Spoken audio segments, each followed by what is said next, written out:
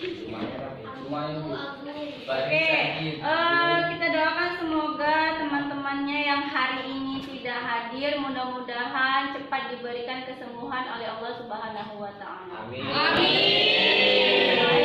Anak Ibu sekalian, kita akan mulai pelajaran kita hari ini tentang Al-Qur'an Karim. Baik, sebelum kita mulai hari ini pelajaran kita akan memfokuskan pikiran kita dulu dengan tepuk pagi, tepuk siang, tepuk malam. Iya, tepuk siang, tepuk pagi, malam. Oke, alhamdulillah. Berarti anak-anak Ibu semuanya sudah bisa mulai fokus untuk mengikuti pelajaran kita hari ini. Baik anak-anak Ibu sekalian, minggu lalu kita sudah belajar tentang keautentikan Al-Quran. Berkaitan dengan keautentikan Al-Quran, ya. Oke, apa itu keautentikan Al-Quran? Ya, apa itu Kak? Kemurnian keaslian dari Al-Quran yang masih terjaga. Iya, bagus. Karena itu, ya, Al-Quran juga dikatakan sebagai kemukjizatan. Apa itu ya kemukjizatan? Atau tujuan yang harus anak-anak Ibu capai pada saat ini adalah yang pertama, setelah nanti kita belajar tentang pengertian kemukjizatan dan contoh-contoh kemukjizatan Al-Quran, anak-anak Ibu yang pertama bisa mengerti apa itu kemukjizatan, apa syarat-syarat kemukjizatan, dan macam-macam daripada kemukjizatan. Kemudian setelah anak Ibu mengerti, anak-anak Ibu juga dapat menjelaskan apa kemukjizatan itu, apa syarat-syaratnya, dan macam-macam kemukjizatan. Setelah paham dengan kemukjizatan, anak-anak Ibu nanti dapat menunjukkan contoh-contoh dari kemukjizatan yang terkandung di dalam Al-Quran secara ilmiah. Baik. Untuk pertama kita akan bahas tentang pengertian kemukjizatan. Sebelumnya kita sudah tahu ya hari ini akan belajar kemukjizatan. Tentu anak Ibu sudah belajar juga ya tadi malam ya. Sudah dibaca-baca bukunya? Kemukjizatan. Ada yang tahu nggak? Jadi dua. Yang pertama kemukjizatan secara etimologi dan kemukjizatan secara terminologi. Ada yang tahu nggak apa itu kemukjizatan secara etimologi? Pengertian mukjizat secara etimologi berarti melemahkan atau mengalahkan lawan. Iya, jadi kemukjizatan secara etimologi berasal dari kata ajaza, yu'jizu, yang berarti adalah melemahkan atau mengalahkan. Mukjizat itu diberikan untuk siapa? Manusia. Nabi dan Rasul. Iya, mukjizat itu diberikan kepada para nabi dan rasul. Banyak orang-orang yang tidak percaya bahwasanya para rasul itu adalah pembawa risalah. Jadi mukjizat datangnya dari siapa? Allah. Dari Allah. Jadi Allah membekali kepada para nabi, para rasul, mukjizat itu sebagai melemahkan orang-orang yang tidak mengakui risalah para nabi dan rasul. Makanya secara bahasa mukjizat berarti melemahkan atau mengalahkan. Nah, ada nggak yang baca tentang pengertian mukjizat menurut Mana Al-Qotan? Oke, apa itu? Mukjizat menurut Mana Al-Qotan mendefinisikan mukjizat merupakan hal yang bertolak belakang dengan kebiasaan. Iya, jadi menurut Mana Al-Qotan, mukjizat itu adalah suatu hal yang di luar daripada kebiasaan. Berarti mukjizat memang benar-benar untuk orang-orang pilihan. Tidak ada satu manusia pun. Berarti mukjizat itu bukan berasal dari manusia. Langsung pemberian Allah kepada rasul manusia. Nah, kalau seperti itu, apa tujuan mukjizat itu sebenarnya? Kalau Iya, atasnya. Tujuan diturunkan mukjizat adalah untuk membuktikan kebenaran pengakuan dan ajaran-ajaran para rasul. Iya, jadi tujuan mukjizat yang diturunkan itu seperti yang ibu katakan tadi, untuk membenarkan ajaran yang dibawa oleh para nabi dan rasul. Nah, kalau misalnya mukjizat itu merupakan hal yang di luar kebiasaan untuk melemahkan lawan, tentu ada syarat-syaratnya. Ya kan? Ada syarat-syaratnya. Apa saja itu syarat-syaratnya? Ada yang sudah baca? Syarat mukjizat A. Sesuatu yang tidak sesuai dengan kebiasaan dan berlawanan dengan hukum Allah alam. B. Mukjizat adalah sesuatu yang tidak sesuai dengan kebiasaan. Yang tidak sesuai dengan keadaan alam, hukum alam, berarti sesuatu yang tidak mungkin terjadi di alam ini, tapi itu bisa terjadi karena merupakan mukjizat. Kemudian ada lagi yang menemukan syarat mukjizat. Apa itu, Kak? Harus berupa hal yang dijadikan saksi oleh seorang yang mengaku rasul. D. Mukjizat terjadi bertepatan dengan pengakuan nabi dan penolakan suatu kaum. Iya, itu aja. Ada lagi yang dapat? Iya, silakan, apa? Ya. Yang E. Tidak ada orang yang mampu mengalahkan mukjizatnya. Iya, oke. Jadi tadi ada 5. Ada 5 syarat kemukjizatan. Yang pertama, tidak ada yang sanggup untuk membuat mukjizat itu kecuali Allah. Iya. Kemudian yang kedua, mukjizat itu tidak sesuai dengan kebiasaan. Kemudian mukjizat itu merupakan sesuatu hal yang bisa dijadikan saksi sebagai yang melemahkan atau pembawa risalah. Kemudian yang ketiga, yang keempat, mukjizat bertepatan dengan pengakuan nabi. Ya kan? Mukjizat dari Allah. Nah, jadi intinya mukjizat itu diberikan kepada nabi dan rasul yang berasal dari Allah. Oke, setelah kita mengetahui macam syarat-syarat mukjizat, yaitu ada 5, kemudian kita ke macam-macam mukjizat. Ada berapa macam sih mukjizat yang anak ibu baca? 2, Bu. Ada 2. Apa-apa saja? Siapa yang bisa menyebutkannya? Saya, Bu. Iya, silakan.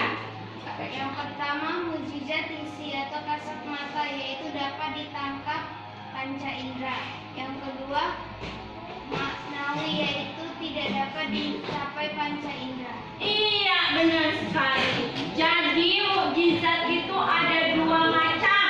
Yang pertama adalah mukjizat hissi. Mukjizat yang dapat ditangkap oleh panca, dikatakan dengan mukjizat hissi. Kemudian yang kedua tadi ada mukjizat maknawi. Jadi sesuai dengan maknanya, berarti mukjizatnya itu hanya maknanya yang bisa kita lihat. Berarti harus disesuaikan dengan akal. Yang membuktikannya itu adalah akal. Baik anak-anak ibu sekalian. Nah, sekarang ibu akan kasih tontonan video, ya, di mana video ini adalah merupakan contoh-contoh mukjizat yang terdapat di dalam Al-Quran yang berupa peristiwa-peristiwa yang sudah terbukti secara ilmiah. Nanti setelah anak ibu menyaksikan video tersebut, silakan anak-anak ibu tuangkan di dalam lembar kerja yang sudah ibu bagikan, yang akan ibu bagikan kepada anak-anak ibu. Contoh-contoh apa saja yang kalian amati dari video yang akan ibu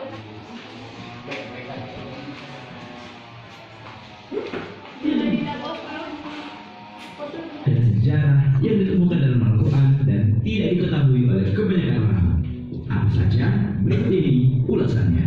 Hidup dari air. Apakah mereka tidak percaya? Nah, dalam ayat tersebut dijelaskan bahwa air adalah asal dari kehidupan. Bahwa sel-sel ini diciptakan secara bersamaan, yakni terdapat proton dan neutron dalam elektron. Musnah Allah. Dan ayat ini kita baca pegunungan. Dalam sebuah buku berjudul Earth yang dituliskan oleh Profesor Emeritus Frank Press disebutkan bahwa gunung-gunung mempunyai akar di bawah mereka. Akar tersebut terpecah dalam sehingga gunung-gunung ini seolah memiliki bentuk seperti pasar. Namun siapa yang akan menyangka jauh sebelum mantan presiden dari National Academy of Sciences Washington DC tersebut mengemukakan teori ini, Al-Quran telah menjelaskannya di dalam Quran Surah Naba ayat 6-7 yang belum ditemukan. Umar ayat 6. Fenomena hujan darah yang terjadi pertama kali di Kolombia yang terdapat dalam surah Al-A'raf ayat 123. Demikian dari saya. Wassalamualaikum warahmatullahi wabarakatuh. Waalaikumsalam warahmatullahi wabarakatuh. Ya, silakan pembawaannya yang sedang Assalamualaikum warahmatullahi wabarakatuh. Waalaikumsalam warahmatullahi wabarakatuh. Saya dari kelompok 2 akan mempresentasikan fakta ilmiah yang dapat ditemukan di dalam Al-Quran yang masih kita rasakan pada saat ini. 1. Asal kehidupan adalah air. Quran Surah Al-Anbiya ayat 30. 2. Segala sesuatu diciptakan berpasangan. Orbit matahari. Quran Surah Al-Anbiya ayat 32. 8. Rasa sakit. Quran Surah An-Nisa ayat 56. 9. Proses penciptaan manusia melewati 3 tahap. Quran Surah Az-Zumar ayat 6. 10. Fenomena hujan darah. Quran Surah Al-A'raf telah memperingatkan. Fakta. Demikianlah presentasi yang bisa saya sampaikan. Assalamualaikum warahmatullahi wabarakatuh. Waalaikumsalam warahmatullahi wabarakatuh. Ya, beri aplaus untuk kawan yang sudah maju. Ayo sekalian, terima kasih kepada anak ibu yang sudah maju. Jadi tadi sudah jelas ya, anak-anak ibu sudah dapat menyebutkan contoh-contoh dari kemujizatan Al-Quran yang terkandung dari Al-Quran. Yang pertama ada apa tadi? Air sebagai sumber kehidupan. Saat-saat sekarang ini kita juga merasakannya. Tadi ada apa? Segala sesuatu diciptakan berpasangan. Iya, segala sesuatu itu diciptakan Allah secara berpasang-pasangan. Ada siang, ada malam.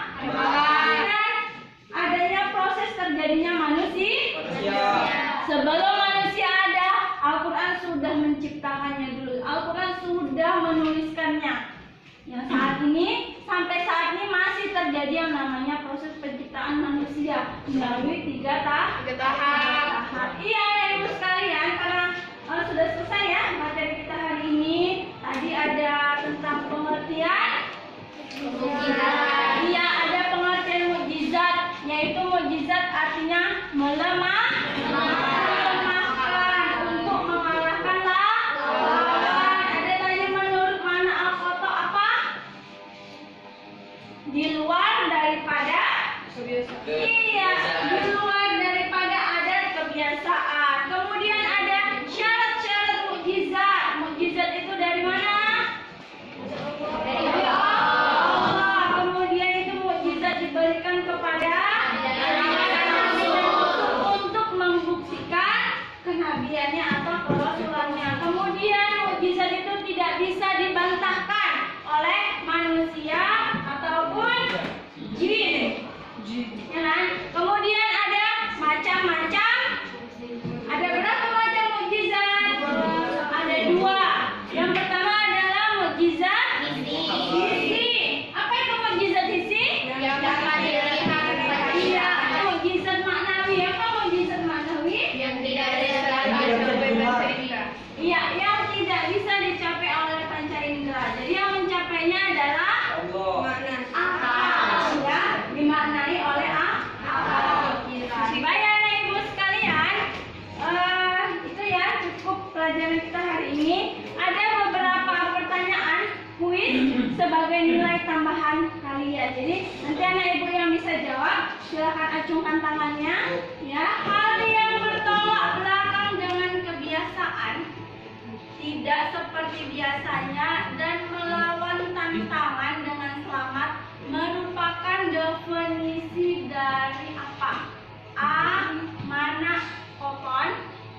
B.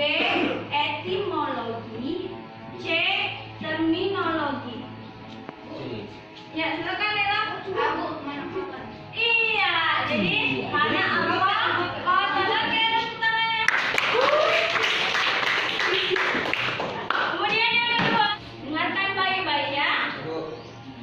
Quran Surah Al-Anbiya ayat 30 menceritakan tentang A. Asal kehidupan adalah air. B. Besi diturunkan dari langit. C. Pegunungan. Ya, silakan. Asal kehidupan adalah air. Iya, benar sekali. Asal kehidupan adalah air. Dapat di dalam Quran surah Al-Anbiya ayat 30. Ya, Al-Anbiya ayat 30. Oke, proses penciptaan manusia melalui berapa tahap? A. 1. B. 2. C. 3. Iya, silakan. Iya.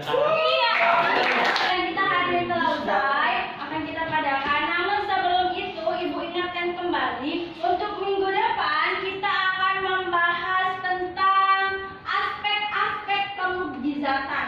Ya, bisa ditinjau dari segi bahan ilmu yang hari ini didapat bisa bermanfaat untuk kita semua. Kan